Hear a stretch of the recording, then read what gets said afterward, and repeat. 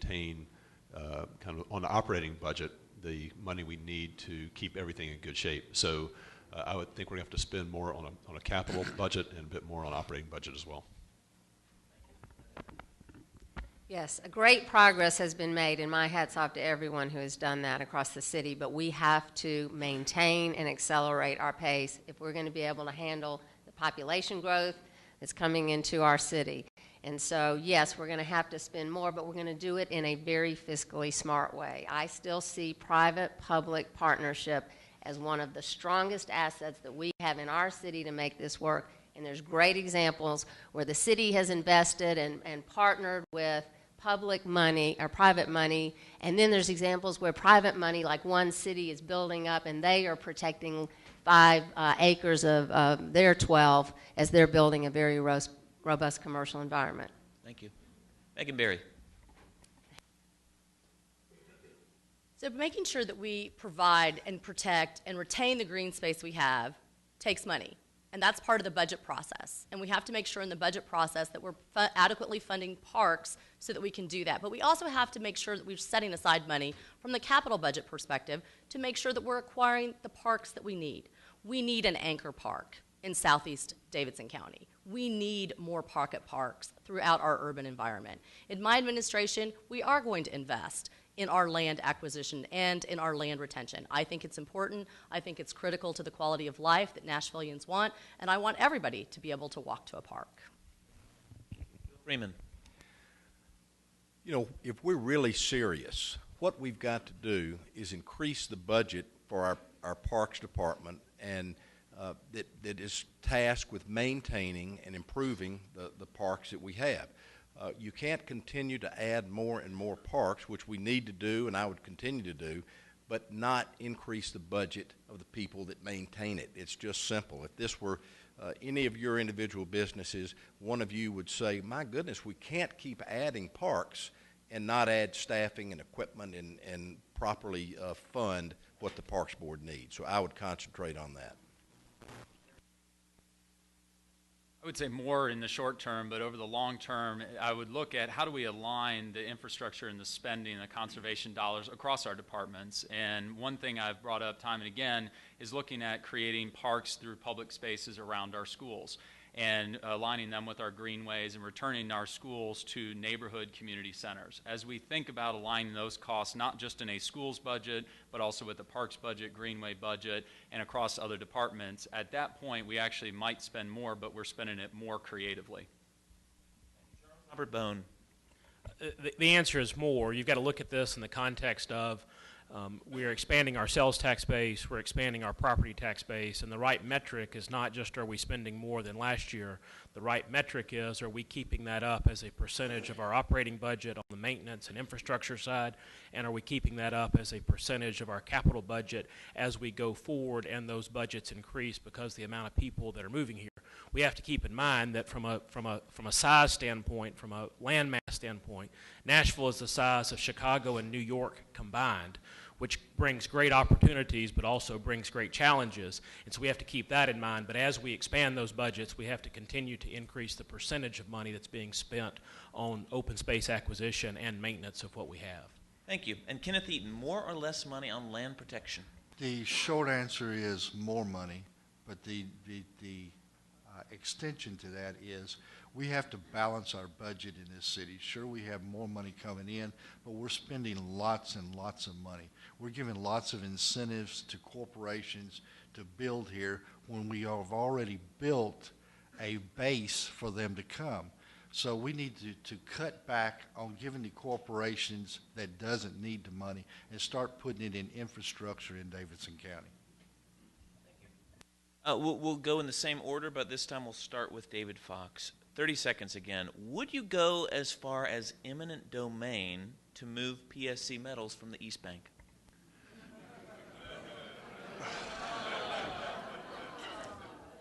I detest eminent domain and have very, very, very little appetite for it.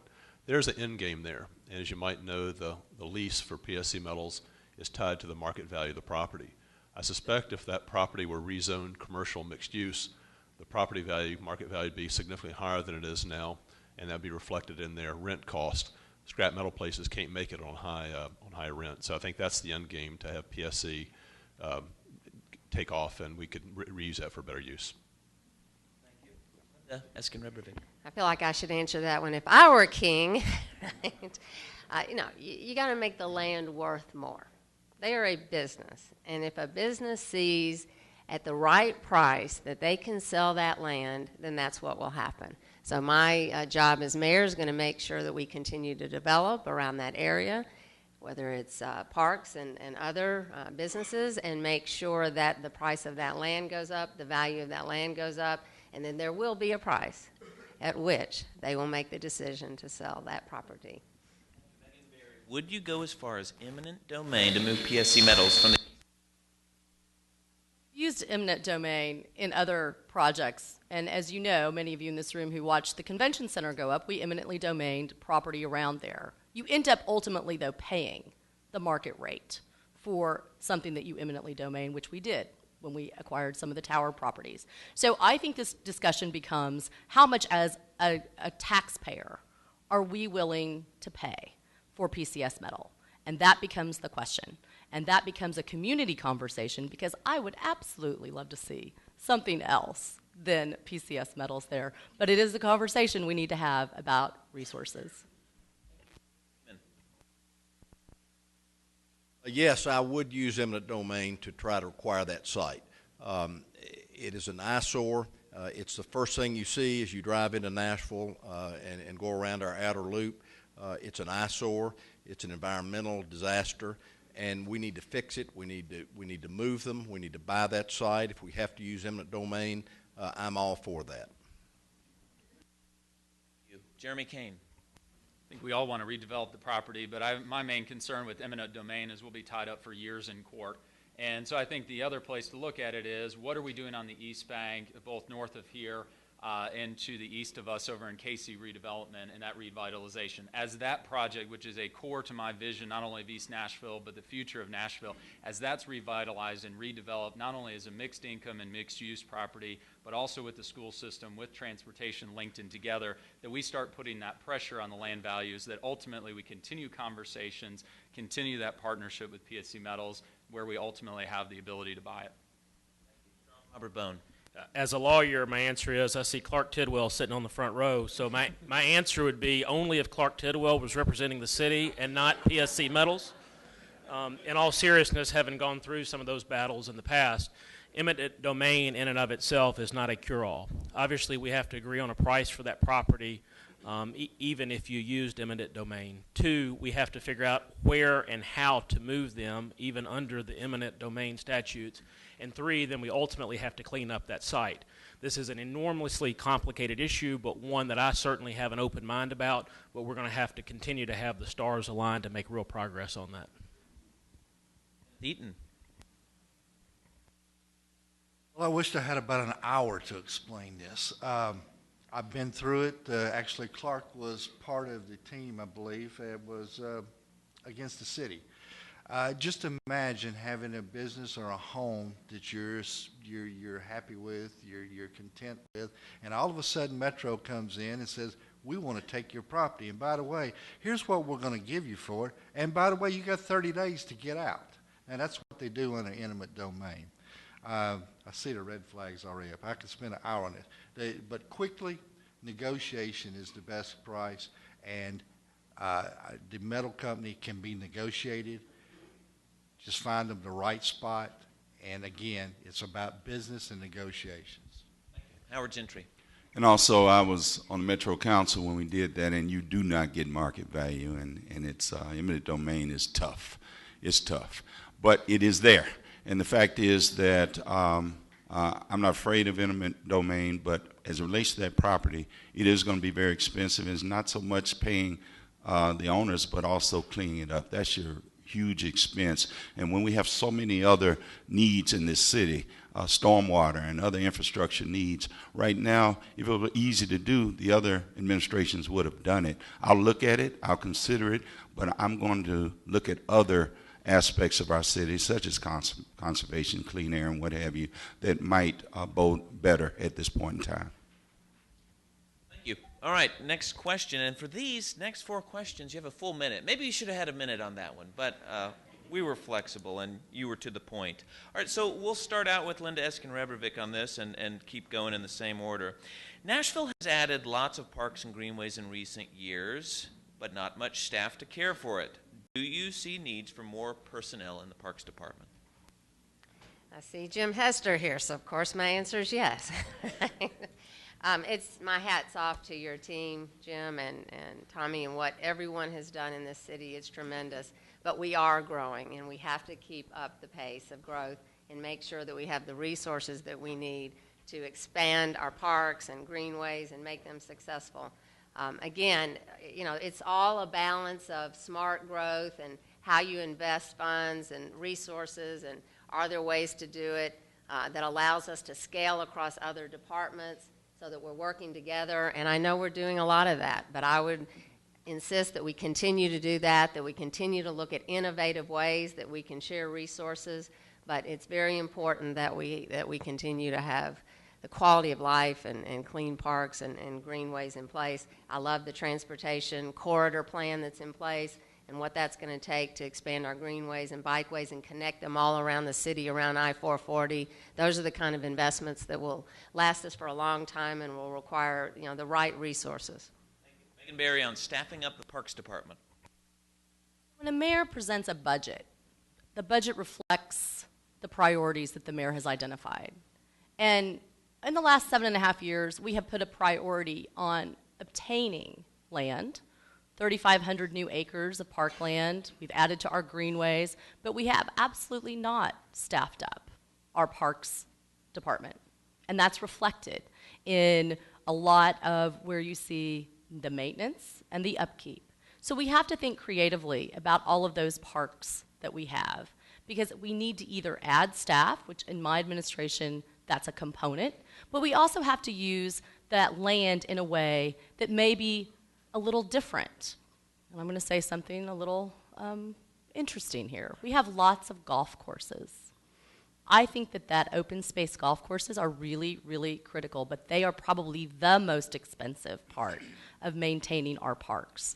So if we look at how we maintain those golf courses, there may be different ways to reimagine that open space, still keeping it absolutely as a park, but looking at it in a different way to reduce the staffing that's required and the maintenance that's required to keep those golf courses.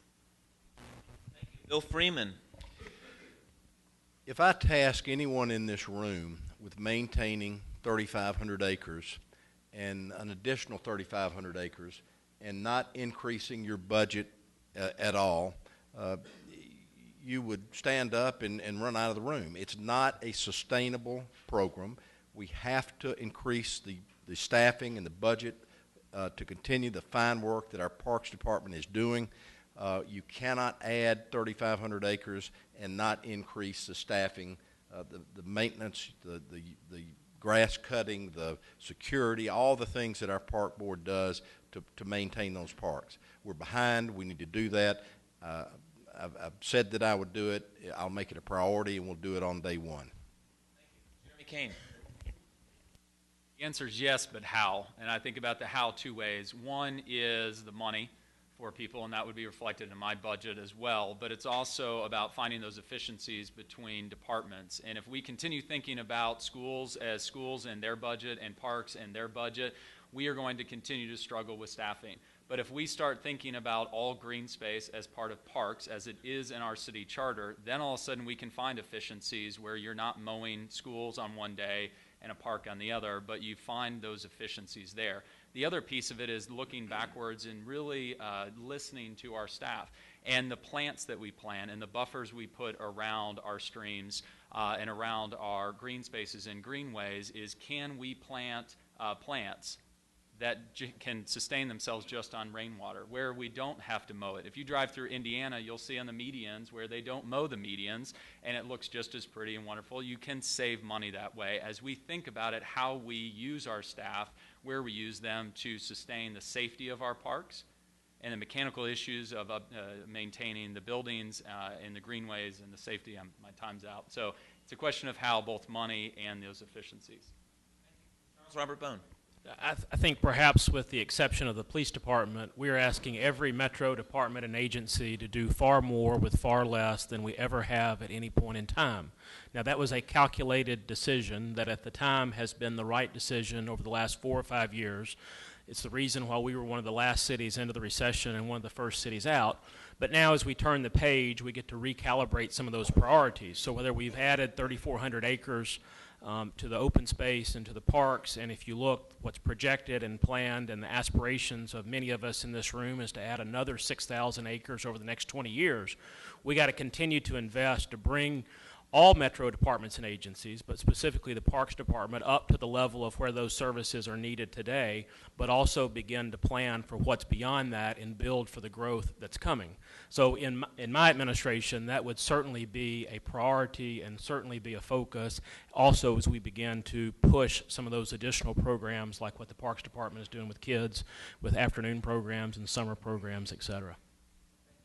On staffing up the Parks Department. Again, the short answer is yes. But again, we have to have physical responsibility on how we're going to move forward to do this.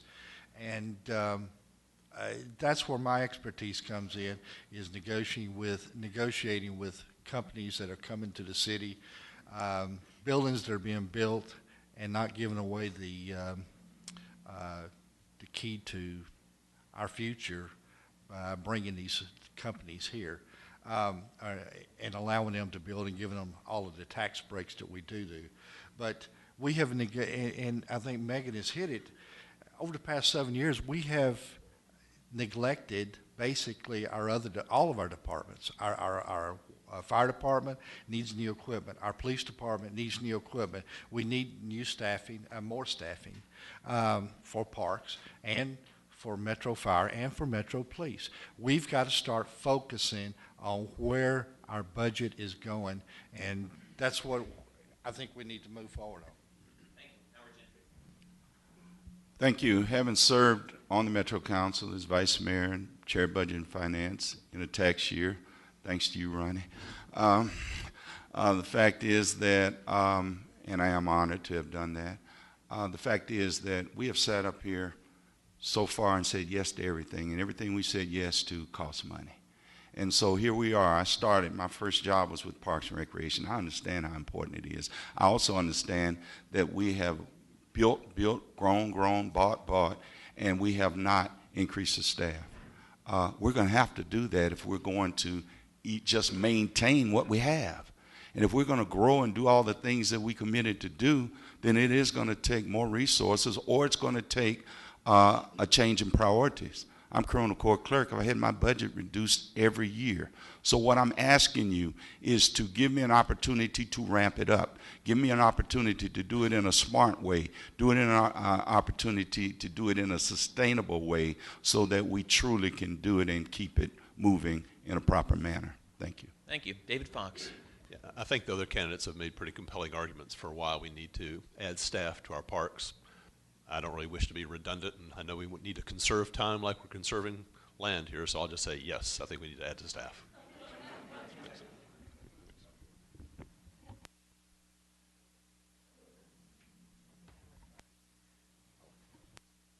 Count. My apologies. You didn't want to answer again? Another minute. I would like to talk about innovation. All right. Megan Barry, you'll get to start out on this one, and I'll try to keep better track. Fast-growing southeast part of Davidson County, has already been mentioned, is still without a major park system like Warner, Beaman, or Shelby. How would you address the need? The short answer is you're exactly right. Southeast needs an anchor park. A lot of our community out there is growing, and one of our biggest challenges is that as property values increase throughout our county, it becomes a lot more difficult for us to obtain the property that we need. We have to be very proactive and urgent on this, because in order for us to get that anchor park and get that open space that we need, we are actually going to have to go out and acquire it. And it's going to require us to invest not only with our own public dollars, but also look to public and private dollars. Ultimately, it's an urgent matter, because as our space and our growth continues, getting that space ahead of time is critical. And I will make sure that having a Southeast Davidson Park, Anchor Park is critical so that we can connect all of Nashville together with our greenways. Freeman. You know, there are two ways to develop a new park. One is to acquire it, and one is to talk to an existing landowner, as we have done in years past with several of the parks that we have now, and have that landowner contribute land for a park. I would concentrate on both of those things. I would devote the resources to acquire land when we need to, and I would champion the cause of convincing landowners to contribute land that will be used as parks. So the Beeman Park is a great example. I think that's an untapped resource. It's something I would work very hard on, and it's a doable thing that we can do to increase the amount of parkland that we have. Jeremy Kane. It's three opportunities. One, there's a significant development in the works down off of I-24, and I think that's a place where, as mayor, I'd look to use city incentives. Is if that developer and that project needed a little bit more city resources to make the project work in exchange for turning over more of their land to public space. That's one opportunity, and having those conversations is important.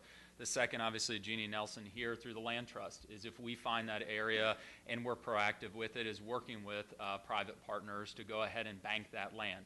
Third is we need to think creatively about what a park looks like and green space looks like. One of my favorite new parks is the Pocket Park in the Edge Hill neighborhood. It is a place that's bringing together historic Edge Hill with the Edge Hill public or Section 8 housing unit. It's a small park, but it is a community space. NBA has their soccer field on top of its parking garage. We can think creatively about what green space looks like, and if and when we find that land, we can work with those private developers, work with partners like the Land Trust, so that we do have a park, not necessarily what looks like Shelby or Percy Warner, but open space and public space in all of our county. Charles Robert Bone. With respect to expansion opportunities, my plan would be threefold. One, where can we expand in underserved areas? Not just areas that have been underserved by parks and open and green space, but also underserved areas throughout the city. When you spend time in Madison and Donaldson and Bellevue and even still in Antioch, there's a question that says, we see all this enormous investment going into downtown, which obviously is metaphorically for a larger footprint, but how do we benefit that, or where or when do we get our turn? Obviously, the expansion of park and open space opportunities is a great way to address that. The second would be, where can we expand our urban pocket parks?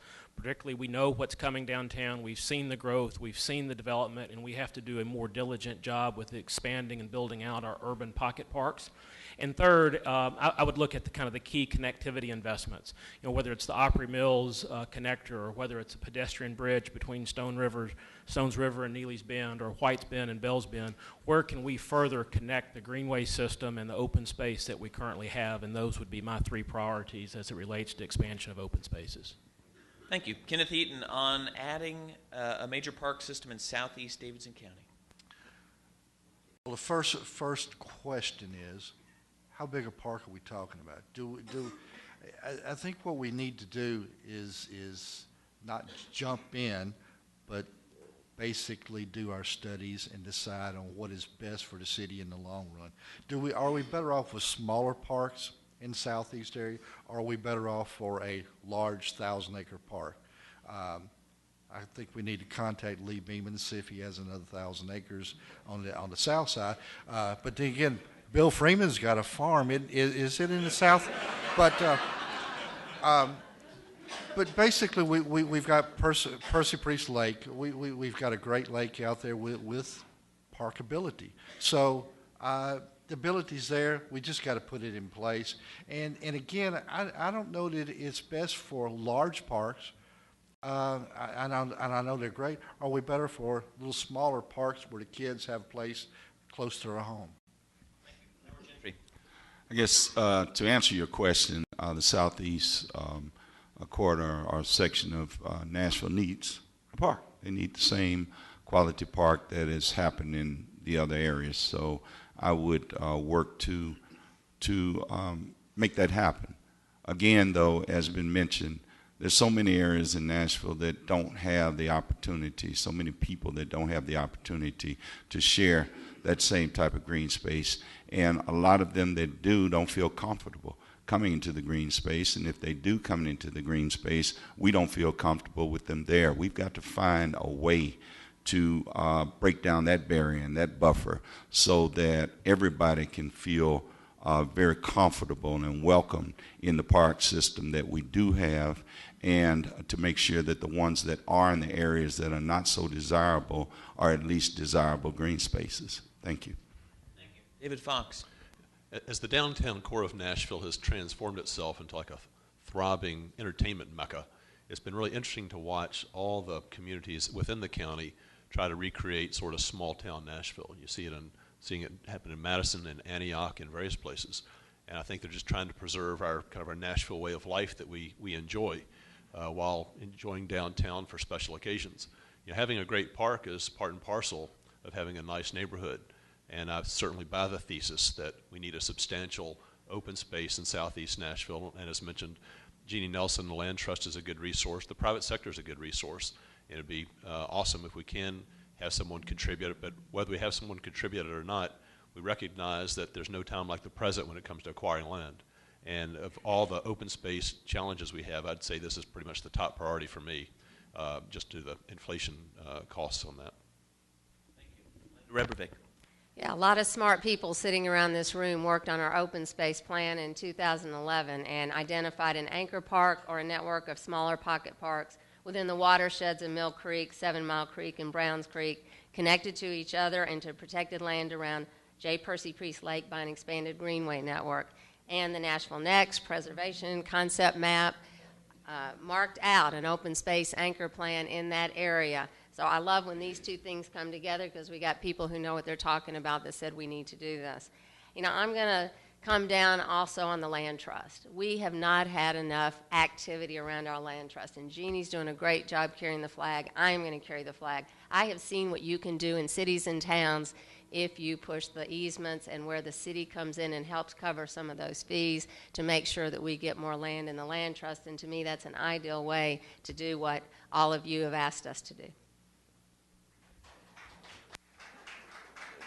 Hold your applause. All right, another 60-second question. We'll start with Bill Freeman. Would you follow through on the $100 million flood wall proposed by Mayor Carl Dean? I turned it on. Oh, thank you very much. We've got 30 minutes on that one to, let me start by saying that that I think Carl Dean has done an incredible job as mayor. He's been a mayor of integrity. He's accomplished many, many great things.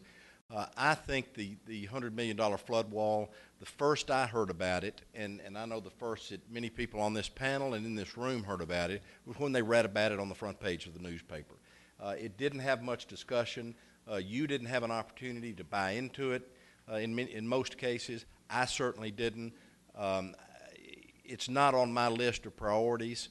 I think it needs further study, and I'm not a fan of how that idea was rolled out, and I think we all need to learn more about it. Jeremy Kane. I agree with you. Is that we shouldn't say that. That's so off base. But no, I think it was. I hope we're recording that. Yeah, right. We got cameras here. But when I first heard about it, and the question was first asked to me, was with the downtown partnership meeting, and a lot of folks had not heard about it, as Bill mentioned.